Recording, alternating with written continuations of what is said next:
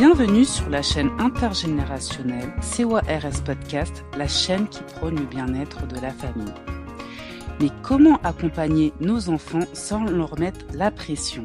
Quelles erreurs à éviter?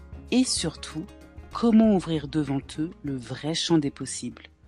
Aujourd'hui, nous avons l'honneur d'accueillir José autour du thème « L'orientation au collège, éviter les erreurs et ouvrir le champ des possibles ». Bonjour José, bienvenue. Bonjour. Peux-tu te présenter s'il te plaît? Je m'appelle José Quesset, j'ai 49 ans, j'ai deux enfants et actuellement, je suis professeure d'économie-gestion en lycée professionnel dans un lycée polyvalent en Seine-et-Marne. Et donc, j'enseigne l'économie-gestion à des jeunes qui sont dans des filières industrielles, c'est-à-dire aux électriciens, à ceux qui sont chargés, qui sont formés pour de la maintenance informatique, à des frigoristes ou des personnes qui vont s'occuper des climatisations. Et je suis également professeur de vente à des élèves qui sont formés pour les métiers du commerce et de la vente, c'est-à-dire qu'ils vont être amenés à travailler dans des magasins ou être des commerciaux, voilà, en déplacement vers des particuliers, des professionnels. Voilà, exemple comme métier, des futurs agents immobiliers. Et auparavant, d'être professeur au lycée, j'ai été professeur des écoles pendant 13 ans. Et ensuite, j'ai passé le concours pour être professeur au lycée. C'est pour ça que j'ai un regard vraiment global de la petite section jusqu'à la terminale. Oui, j'ai vu comment évoluent les enfants de la maternelle jusqu'au lycée. J'ai un regard, je pense, assez précis Alors, notre sujet est l'orientation au collège, comment éviter les erreurs et ouvrir le champ des possibles. Alors, pourquoi l'orientation doit-elle commencer dès le collège? Alors, je pense que l'orientation doit commencer dès le collège, notamment pour les enfants qui sont pas très scolaires ou qui s'ennuient à l'école, parce que le risque, c'est que si les parents ou l'élève décident une orientation trop tardivement, le risque, c'est de se tromper de voie. Moi, ce que j'ai constaté, vu que j'ai enseigné aussi bien au collège et là actuellement je suis au lycée, j'ai constaté que de nombreux élèves arrivent au lycée et ils se rendent compte qu'en fait ils sont pas dans la bonne filière, que la filière dans laquelle ils ont été orientés ne les intéresse pas du tout. Certains ont préparé en amont et ont bien choisi la filière, mais de plus en plus d'élèves, voilà, ne savent pas trop où s'orienter et donc ils se laissent guider soit par les professeurs ou on les met dans une filière comme ça. À l'arrivée, ils s'ennuient. Je pense que beaucoup d'entre eux sont en souffrance et c'est aussi une perte de temps. Donc, c'est pour ça que je pense qu'il faut vraiment préparer en amont, dès la quatrième, pour ceux qui envisagent une voie professionnelle ou l'apprentissage. Et non, même pour les autres, hein, parce qu'après la troisième, ça va très vite. Hein. Faut prendre la décision, faut se positionner et choisir une orientation. Quels sont les moments clés où les parents doivent être particulièrement attentifs? Alors, d'après moi, dès la quatrième, il faut que les parents puissent discuter, échanger avec leurs enfants, parce que la quatrième, c'est un niveau de classe où les difficultés commencent. En fait, on commence à rentrer dans des notions un peu plus complexes, et certains élèves, je pense avec l'âge aussi, commencent à se rendre compte qu'ils sont pas faits pour continuer à suivre le cursus scolaire classique. Ils ont envie d'être ailleurs ou peut-être qu'ils ont plus d'appétence pour des activités manuelles. Je pense que déjà la quatrième, c'est un signal. Après, je pense qu'aussi la troisième, c'est important puisque là, les parents avec leurs jeunes, avec l'élève vont devoir prendre une décision sur la poursuite d'études, savoir si l'enfant va continuer en alternance, si il suit une formation professionnalisante ou s'il va faire un CAP aussi, voie professionnelle aussi, ou si il va poursuivre un cursus classique en poursuivant ses études en seconde générale. Voilà. Donc et ensuite aussi en seconde, à l'issue de l'année de seconde, ben, là aussi les parents doivent être attentifs au choix des options prises par leur enfant, parce que le choix des options va peut-être avoir des conséquences pour la poursuite d'études après la terminale. Et en première aussi, l'enjeu, il est dans la préparation aux études pour l'après-bac, donc à la préparation à Parcoursup. C'est là que les parents et l'enfant et leur enfant doivent multiplier les visites dans les salons d'orientation, faire les portes ouvertes des écoles et même visiter des centres de formation et d'apprentissage pour la poursuite d'études de leur enfant. Là, c'est l'occasion lors de ces visites de discuter avec des enseignants, des élèves qui sont en cours de formation, des professionnels qui pourront les éclairer sur ce qui attend le futur étudiant ou le futur apprenti. Quelles sont les erreurs les plus courantes que commettent les parents quand ils pensent à l'avenir scolaire de leurs enfants? Bien sûr, on juge pas les parents, hein, parce qu'on sait que ça peut être compliqué. Alors, donc je parle selon mon expérience. Je pense qu'il y a des parents qui ont leurs ambitions personnelles pour leur enfant. Tous les parents veulent que leurs enfants s'en sortent mieux qu'eux. Donc, certains parents veulent décider à la place de leur enfant pour leur futur avenir. Il y en a beaucoup qui veulent que leur enfant soit médecin ou avocat. Donc, ça, c'est une des erreurs, je pense, qui est commise parce que ça peut mettre la pression à l'enfant qui, lui, aspire à autre chose. Il y a aussi, il y a quand même pas mal de préjugés sur les métiers manuels. Donc, ce qu'on constate à la fin de la troisième, lorsque les professeurs décident d'orienter certains enfants, certains élèves vers la cuisine ou d'autres formations, il y a des parents qui refusent totalement l'apprentissage ou tout ce qui concerne les métiers manuels et ils tiennent à ce que leur enfant fasse ben, une voie générale, donc une seconde générale. Donc là aussi, ça peut être une erreur. Je pense qu'il faut tenir compte des aspirations de l'enfant. Parce qu'un enfant peut avoir de l'appétence ou être très doué dans un domaine, autant l'encourager dans la voie qui lui plaît. Une voie justement dans laquelle il pourra peut-être très très bien réussir, vu que cette voie lui plaît, donc, pardon. Donc ça, c'est une des erreurs que je constate aussi. Une autre erreur aussi que je constate, c'est que à partir de la seconde, voire la première, il y a beaucoup de parents qui pensent que leur enfant est grand, qu'il peut, euh, qu'il peut prendre seul ses décisions concernant l'orientation. Ils suivent moins la scolarité de leur enfant et ce qui se passe aussi, c'est que le système scolaire a changé. Le lycée d'il y a 20 ans, 30 ans, le système scolaire, il n'est plus du tout le même concernant les orientations entre la seconde et la terminale. Voilà. C'est plus le même processus. Maintenant, il y a des options que les jeunes doivent choisir. Ces options, ils ne doivent pas les choisir au hasard. C'est en fonction de leur poursuite, de la poursuite d'études qu'ils envisagent. C'est-à-dire que quelqu'un qui voudrait faire des études, je sais pas, plus littéraires, il va privilégier certaines options plutôt que d'autres. Et lorsqu'il arrive en première, il faut qu'il élimine une matière, alors qu'il n'y avait pas tout ça avant. Donc, les parents ont souvent une méconnaissance des nouveaux dispositifs qui ont été mis en place au lycée. Hmm. Donc, l'idéal serait que les parents se tiennent au courant de tous ces changements. Et voilà, c'est vrai, beaucoup de parents font l'erreur de se dire, bon, il est grand, il va prendre sa décision, ça aura peut-être aucune conséquence pour la suite.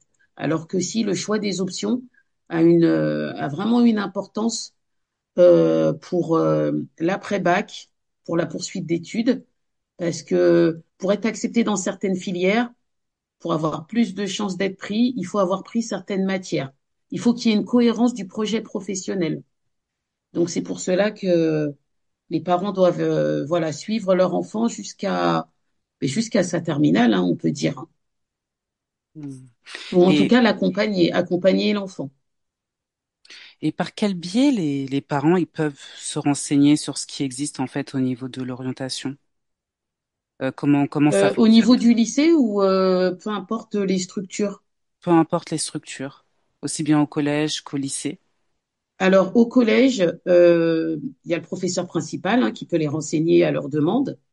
C'est vrai que le professeur principal, euh, il va peut-être présenter les filières, mais d'une manière générale, il va pas rentrer dans les détails. Il faut que les parents fassent la démarche de se renseigner de façon précise par rapport à leur propre enfant. Donc là, le professeur, en fonction de, de ce qu'il connaît de l'enfant, va pouvoir peut-être donner des conseils aux parents et à l'enfant, l'élève. Il y a aussi la conseillère d'orientation et psychologue, c'est la même personne. Donc l'élève peut prendre rendez-vous avec la conseillère d'orientation. Ben, de toute façon, pour tous les élèves de troisième, un rendez-vous est prévu. Un rendez-vous pendant lequel ils vont passer un test et puis ils vont discuter avec la conseillère d'orientation qui va leur suggérer certaines voies plutôt que d'autres. Mais la conseillère d'orientation, elle va se baser sur les résultats du test, sur l'échange qu'elle va avoir avec l'élève et aussi sur ses résultats. Hmm. Donc, il y a cette possibilité-là. Et dans les CDI, en fait, il y a aussi à disposition des élèves de la documentation sur l'orientation. Donc ça, c'est à l'intérieur du collège. Ensuite, à l'extérieur, bon, les élèves, ils sont pas en quatrième, troisième, ils sont pas très au clair avec ça, ou ils n'ont pas trop l'information.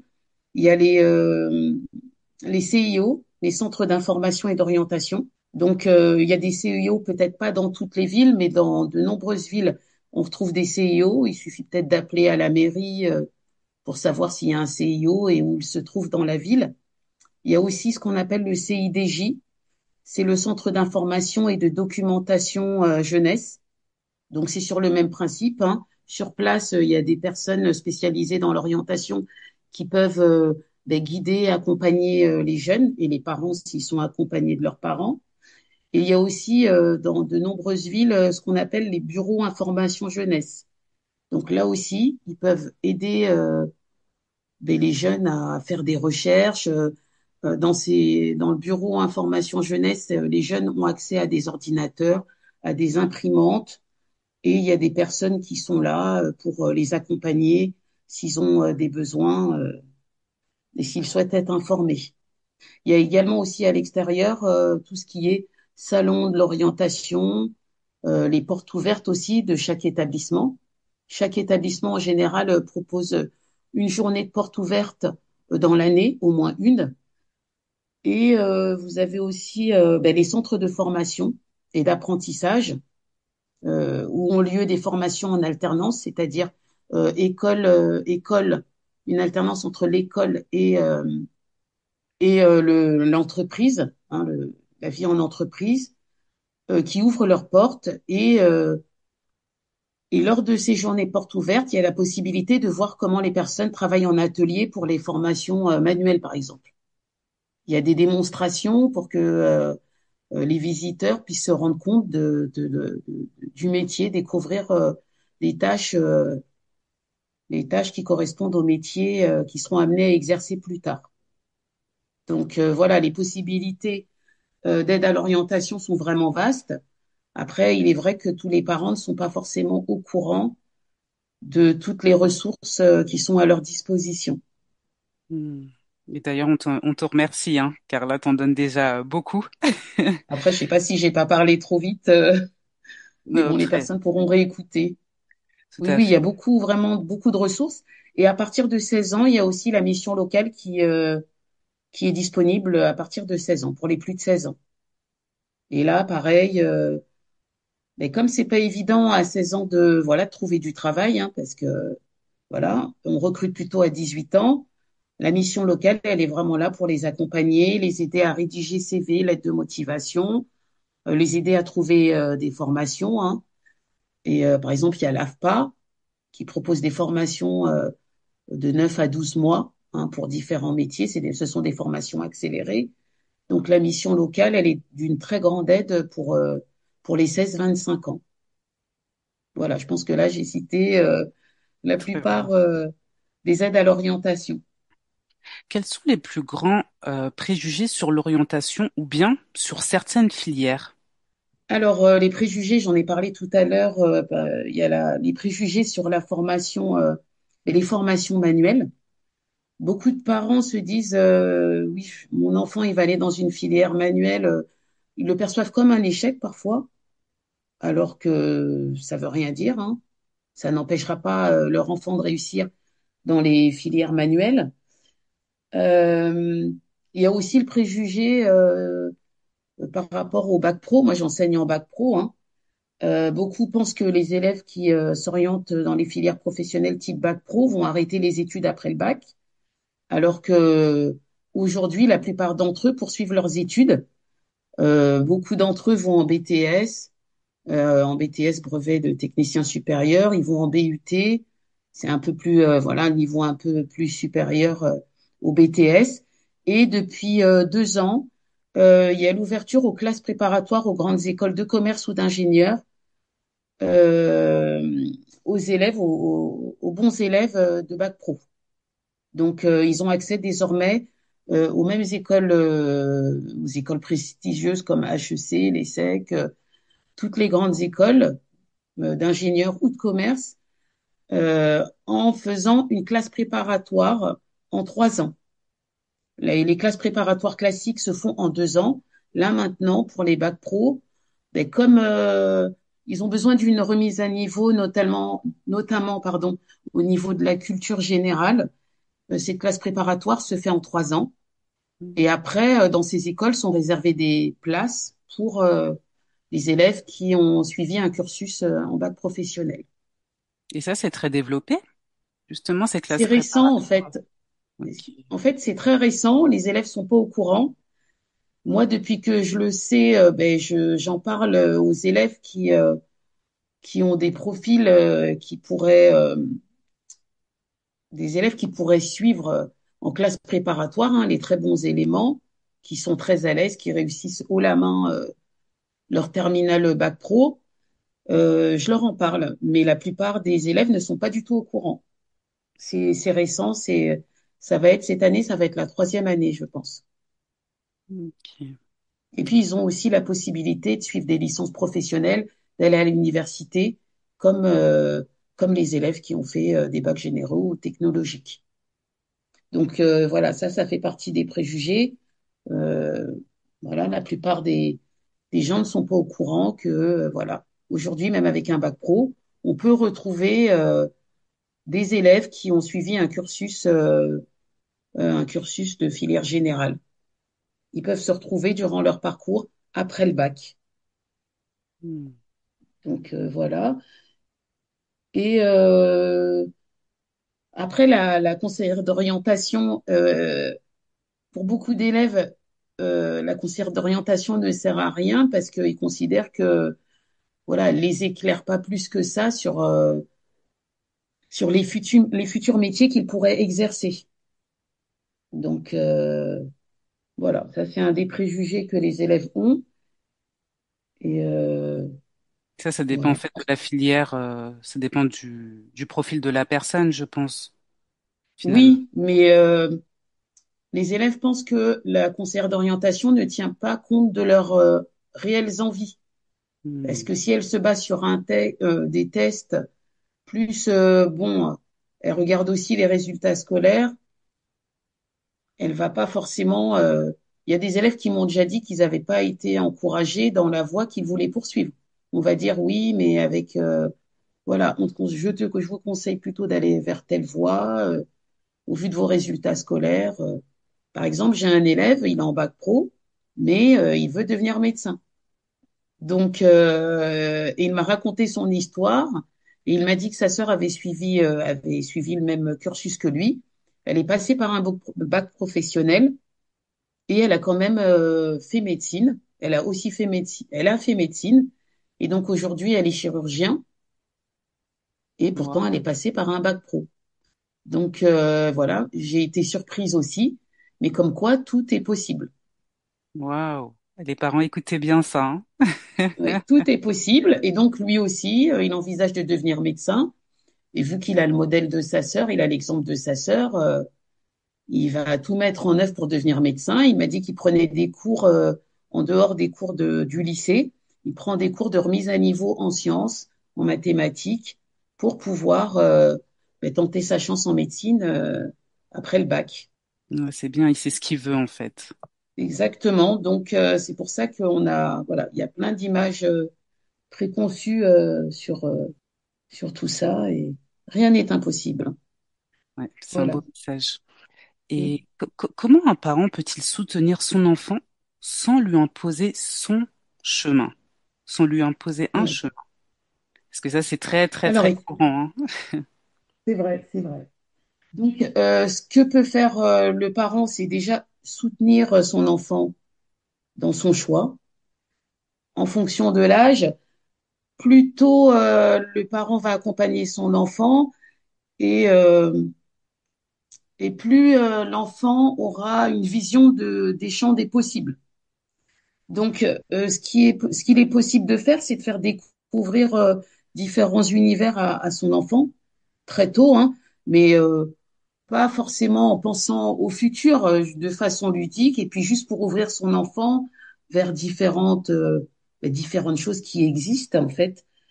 Le parent aussi peut chercher à détecter les capacités de son enfant, par exemple dans le choix des activités. Euh, je pense qu'un enfant, faut pas lui imposer des activités sportives ou culturelles. Je veux dire, un enfant peut être sensible au dessin, peut vouloir faire du dessin, il peut, voilà, il peut être passionné par, je sais pas, l'architecture ou autre. Donc, le parent, justement, il doit détecter ou essayer de voir, ben, qu'est-ce qui plaît à mon enfant. Très tôt aussi, en tout cas au collège, les parents peuvent commencer à emmener leur enfant dans des salons, hein. Il y a des salons pour les parents et des salons pour les quatrièmes, troisièmes. Ils peuvent commencer à se rendre dans des salons avec leurs parents, juste comme ça pour voir tout ce qu'il est possible de faire sans pression. Moi, je me dis qu'il ne faut pas s'y prendre à la dernière minute pour pas être bousculé et se sentir obligé de faire un choix rapidement.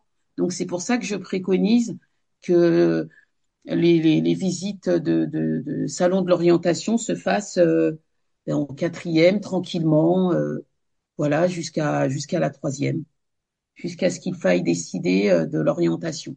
Il faut le faire tranquillement et puis de façon détendue avec son enfant. Donc voilà. Et donc les parents, pour moi, doivent vraiment accompagner l'enfant, mais pour ensuite aider leur enfant à atteindre son objectif. Si l'enfant veut devenir, je sais pas, jardinier, ben voilà, lui montrer le chemin, ben voilà comment tu peux devenir jardinier. Voilà, que les parents soient un soutien des accompagnants et qu'ils respectent le choix de leur enfant.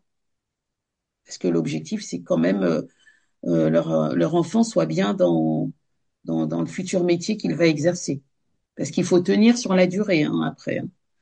Donc, on voit aujourd'hui d'ailleurs que beaucoup de personnes d'un certain âge sont en reconversion parce qu'ils ont peut-être suivi les voies que leurs parents avaient décidées pour eux, mais c'était pas ça. Donc, ils ont subi pendant des années, subi. Je pense qu'ils se sont quand même peut-être épanouis dans le travail qu'ils ont exercé, mais c'est pas par hasard si à 40 ans ou même voilà à 40 ans certains décident de complètement changer de voie, voire de reprendre des formations, de faire un CAP pâtisserie, voilà. On en voit beaucoup, donc c'est pas par hasard, je pense. C'est qu'à un certain âge, on se dit, ben, je veux vraiment faire ce qu'il me plaît et m'épanouir dans mon travail. Il y a un proverbe africain qui dit, lorsque tu ne sais pas où tu vas, regarde d'où tu viens. Est-ce que ce proverbe, il est parlant pour notre sujet sur l'orientation? Parce qu'on parle beaucoup finalement de connaissance de soi, un petit peu avec l'orientation des petits bouts, Mm. enfin, des enfants. Sur le coup, j'ai pas vu le lien, mais en y réfléchissant un peu plus loin, ce que je vois, ce à quoi j'ai pensé, euh, ben, il y a beaucoup de jeunes aujourd'hui qui sont un peu désorientés, pas dans le sens de l'orientation, mais qui savent pas trop ben, ce qu'ils vont devenir. Ce qui ressort dans mes discussions avec beaucoup de jeunes, c'est voilà, ils savent qu'ils veulent devenir riches, mais ils sont voilà. Quand je demande comment, ben ils sont pas capables de m'expliquer comment. Donc ce proverbe-là, en fait, ce à quoi il me fait penser, c'est que euh, un jeune, il doit penser, il doit chercher à se ressourcer et et à s'appuyer sur l'histoire de sa famille, parce que je pense que les parents ou même les membres de la famille euh, transmettent des valeurs en fait. Une famille a une histoire, un parcours. Et donc, un jeune qui serait désorienté ou qui saurait pas trop vers quelle direction se diriger, ben, en revenant aux sources et en se recentrant sur ben, l'histoire de sa famille, les valeurs qu'on lui a inculquées, ce à quoi sa famille est attachée, en revenant à son histoire personnelle, il peut, euh, il peut retrouver le chemin, il peut retrouver la voie dans laquelle il peut se diriger. C'est voilà, c'est son histoire personnelle peut le guider dans une direction. Je sais pas si si tu Très vois bien, où je veux en venir. très bien. Oui, oui, c'est très profond. Par exemple, moi, je sais que j'inculque certaines valeurs. Je suis d'une famille qui est très attachée au travail et voilà, faut savoir être déterminé, savoir où on va. Bon, voilà, certaines valeurs. Mhm. Euh, ben, il est arrivé, par exemple, mon fils qui est lycéen maintenant, des fois, il sait pas trop où il va et je l'encourage en fait depuis qu'il est petit quand même, je lui dis oui, c'est bien de savoir où tu vas. C'est bien d'avoir un projet, d'avoir un but. Et donc, voilà, mes enfants, ils savent que c'est important, cette transmission du sens de l'effort, de se battre pour essayer d'atteindre des objectifs, même s'il y a des obstacles, même si c'est difficile, voilà, garder la tête levée, même si, voilà, on a tous des hauts et des bas, mais voilà, avoir la persévérance et s'accrocher. Quels signes peuvent aider à repérer les talents ou les centres d'intérêt d'un collégien? Alors, pour moi, en classe, si je prends en classe, il y a des élèves qui s'investissent dans certaines disciplines. Mais ils s'investissent, on sent qu'ils sont passionnés dans leur regard, dans leur investissement, dans leur participation. Donc ça, c'est un signe. Euh, Après, au niveau des parents, vu qu'ils sont pas dans la classe, ils savent pas trop, à part à travers les résultats, comment ça se passe pour leur enfant, ils peuvent, euh, ils peuvent s'intéresser au choix d'activité que leur enfant souhaite faire. Ça peut être un signe. Parce que si un enfant aime faire de la poterie, du dessin, de la sculpture, bon, ben voilà, on sent qu'il y a quelque chose de manuel. Ça l'empêche pas d'être un peu intellectuel ou autre, mais quand même, c'est significatif. Il y a un intérêt pour des activités manuelles. Il y a aussi d'autres signes comme lorsque un enfant, si on lui laisse du temps libre, il va peut-être se diriger naturellement vers certaines activités.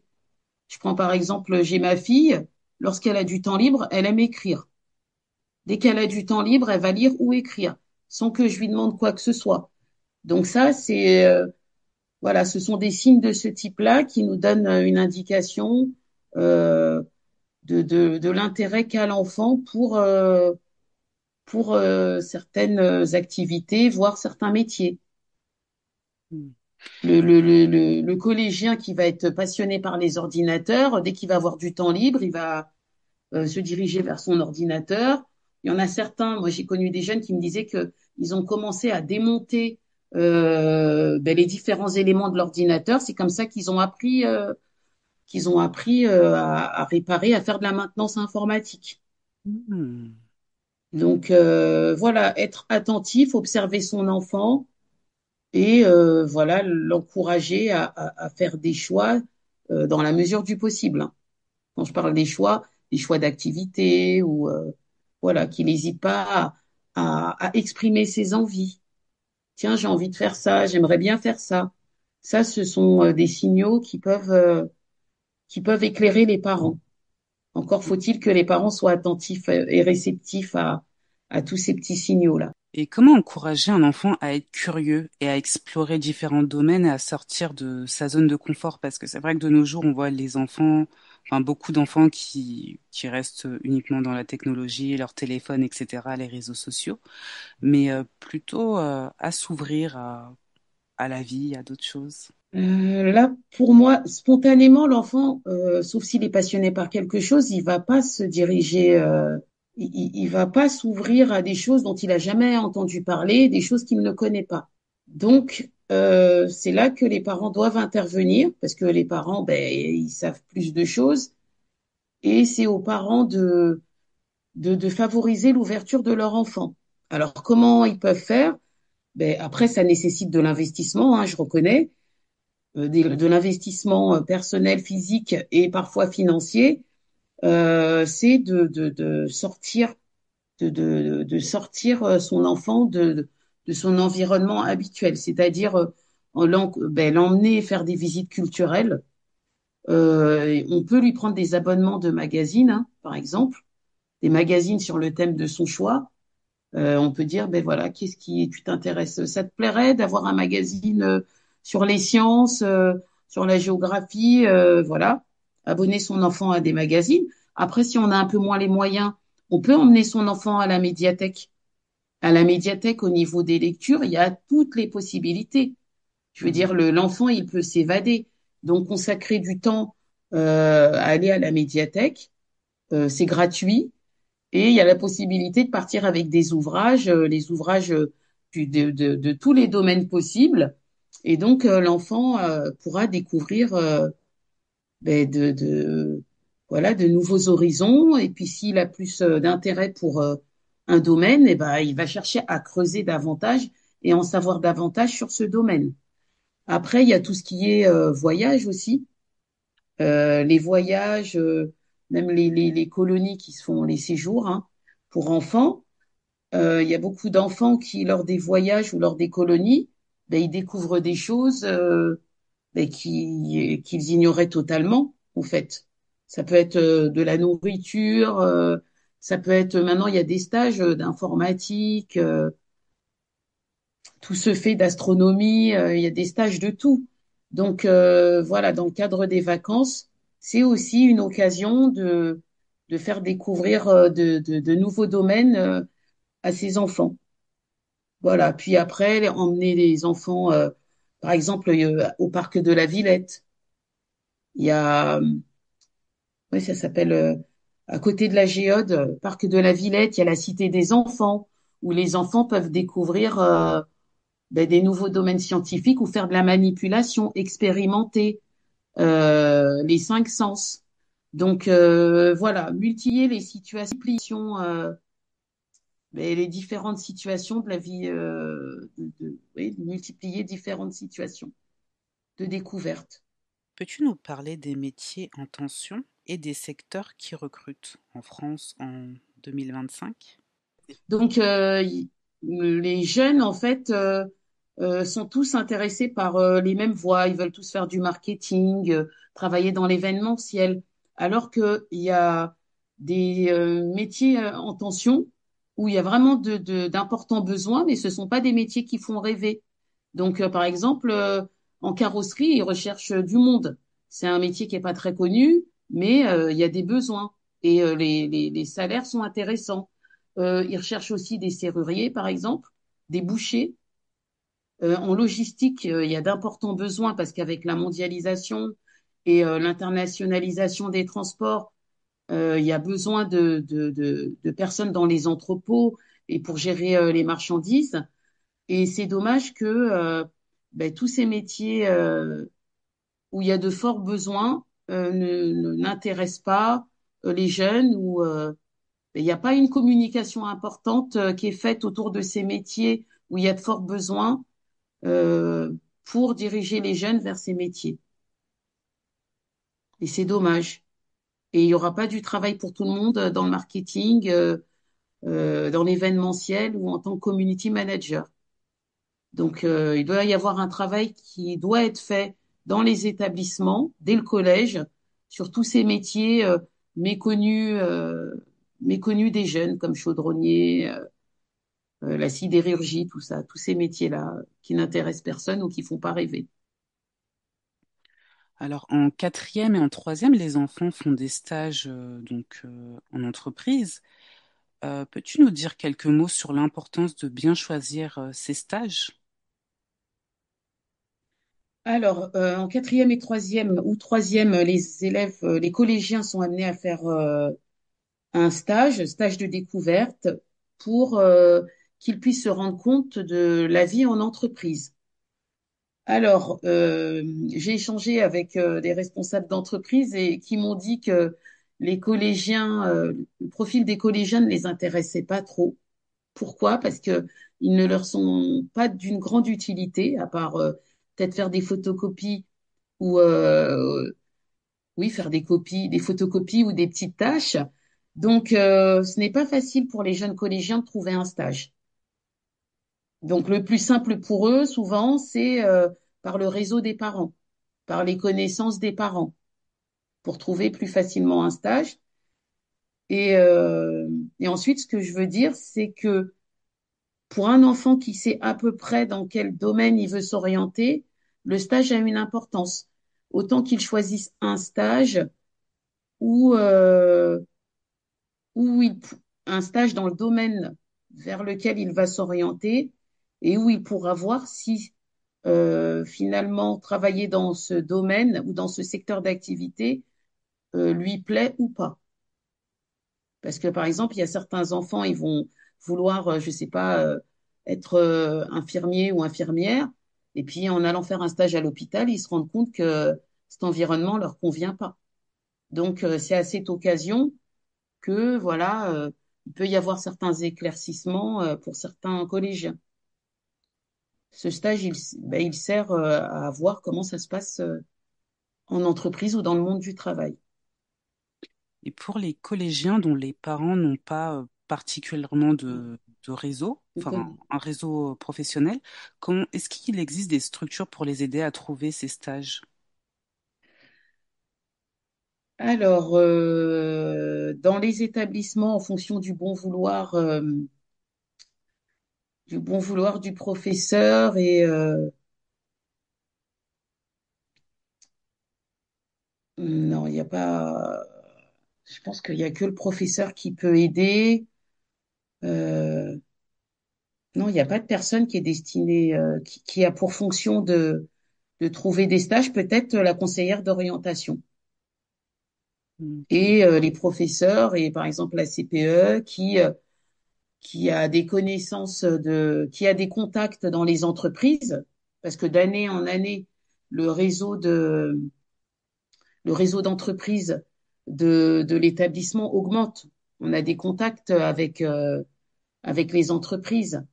Donc, ben, le personnel éducatif peut aider un jeune à trouver un stage ou ou recommander, va dans les écoles, recommander des endroits où ils prennent facilement des stagiaires collégiens. Mais il n'y a pas de dispositif mis en place pour aider les collégiens. Il y a l'enseignant, voilà, les professeurs, conseillères d'orientation et le CPE. Ok. Et il existe peut-être des structures à l'extérieur du collège? Ben, il y a les structures dont je vous ai parlé tout à l'heure, Elles hein, aident toutes les aussi, structures d'orientation. elles aident aussi des, pour le stage de collège aussi. Elles Ben, c'est délicat parce qu'ils ont moins de 16 ans. Ah oui, c'est ça. Le souci, c'est que ces jeunes, la plupart du temps, ils ont moins de 16 ans. Mm. Donc, c'est pas ces structures-là, elles sont pas destinées aux collégiens. Donc on voit l'importance du réseau des parents en fait. Mm. Oui, et tout le monde, donc voilà, tout le monde n'a pas les mêmes chances, n'a pas les mêmes possibilités. Et Mm. ça, c'est un souci quand même. Faut-il déjà penser aux métiers de demain, tels que l'intelligence artificielle, le numérique, l'écologie, dès le collège? Alors, je pense que c'est important d'y penser. Moi, même avant le collège, même en élémentaire, c'est bien de commencer. Et je pense que, bon, j'y suis plus en élémentaire, Mhm. mais plutôt les jeunes seront préparés à ces métiers de demain autour de l'intelligence artificielle, la transition écologique, et mieux ils seront armés pour occuper les nouveaux emplois, les emplois qui, euh, qui sont créés là, et qui apparaissent en fait, hein, grâce à l'intelligence artificielle, à, à la prise de conscience de tout ce qui est écologique et développement durable. Donc c'est important de les former le plus tôt possible. Ce sont les métiers de demain, en fait. Et donc, il faut que le système scolaire soit en adéquation avec, euh, avec les emplois qui seront proposés sur le marché. Donc, plus tôt ils seront formés et mieux ce sera pour eux, pour leur avenir. C'est déjà ce qui est un peu fait dans les établissements, mais à petite échelle. Et en découvrant, je ne sais pas si c'est l'entreprise ou l'association Clésis Junior, j'ai vu que justement, ils apportaient un complément à l'école, justement. C'est une after class, after school, ils appellent ça, je crois, Mhm, où tout ils à fait. proposent une formation à tout ce qui est lié au digital. Voilà, le digital, c'est vraiment l'avenir, hein. On est vraiment en plein dedans avec le numérique et les nouvelles technologies. Euh, ils forment aussi à tout ce qui est lié à l'environnement. Tout à fait. Euh, c'est ce qui est fait dans les établissements, mais pas suffisamment parce que comme il y a trop de disciplines qui sont enseignées, on met pas l'accent en fait sur tous ces domaines de l'avenir, du futur. Donc, c'est ce que j'ai apprécié justement avec cette entreprise, Clésis Junior, qui met l'accent sur ces métiers de demain ou ces formations de demain et aussi qui encourage à l'entrepreneuriat, chose que nous ne faisons pas vraiment dans les établissements. Nous le faisons, mais seulement voilà pour ceux qui s'engagent dans des filières, dans des voies professionnelles. Et encore, c'est toujours à petite dose, hein.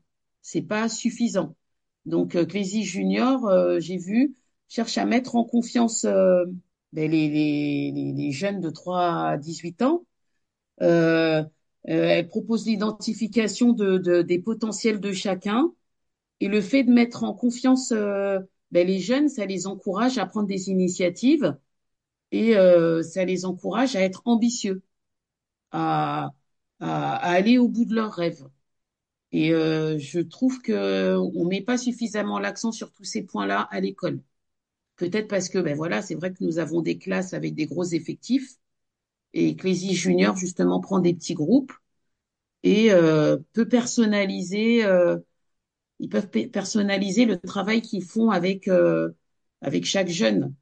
Chose que nous ne faisons pas suffisamment, mais bon, après, voilà, nous sommes limités par le temps et nous avons des gros effectifs. Donc, je trouve que cette entreprise apporte un complément à ce que propose l'école. Un complément, mais vraiment indispensable.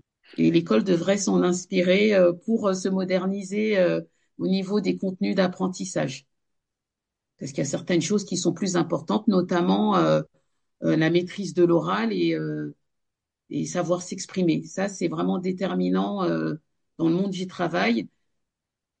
Et l'école ne permet pas de consacrer suffisamment de temps individuel pour travailler l'oral. Mais ça, c'est lié aux effectifs qu'il y a dans chaque classe et aux programmes qui sont aussi chargés. Donc, voilà, c'est bien que ce type d'entreprise existe en Mhm. complément. D'ailleurs, petit, Après, il faut pouvoir payer, avoir le budget et être prêt à investir dans ce type d'activité. et c'est pas donné à tout le monde. C'est le petit bémol. Mm. Et D'ailleurs, ce qui est bien petit, aussi, ce que j'ai trouvé de très très bien, c'est que cette entreprise, euh, dans ce qu'elle propose, elle implique les parents.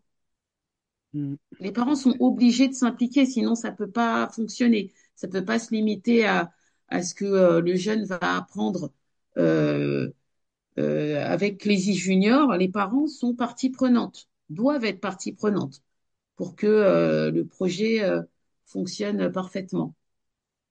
tout à fait. D'ailleurs, petit clin d'œil à Binta qui est venue sur CORS Podcast. Donc, les parents, vous pouvez écouter l'épisode 13 où elle parle et nous présente Clésis Junior. Et sinon, que faire si un enfant dit qu'il ne sait pas ce qu'il veut faire? Et je pense qu'ils sont nombreux ou parce qu'au collège, ils sont tout jeunes et souvent, ils savent pas où aller. Et as-tu peut-être des Alors, astuces? bon, moi je trouve, comme tu viens de le dire, c'est normal qu'ils sachent pas ce qu'ils veulent faire, hein. Ils sont jeunes, donc mais là aussi, je reviens toujours aux parents. C'est aux parents de d'accompagner leur enfant, comme j'ai dit tout à l'heure aussi, en les emmenant aux portes ouvertes, faire des salons, euh, beaucoup échanger, discuter avec leur enfant euh, des métiers des personnes de leur entourage, un peu susciter l'intérêt de leur enfant pour, pour tous les métiers avec lesquels ils sont en contact, hein. Donc beaucoup échanger, je trouve. Hmm. Voilà. Et si tu devrais donner des conseils simples et efficaces aux parents pour préparer l'orientation dès le collège, as-tu peut-être d'autres conseils? Tu nous en as déjà donné pas mal, beaucoup même.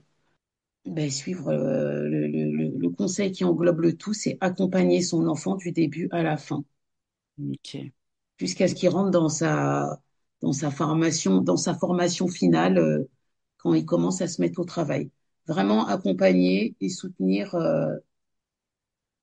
l'enfant. Et l'enfant sera rassuré, le fait d'être voilà, suivi et soutenu par ses parents.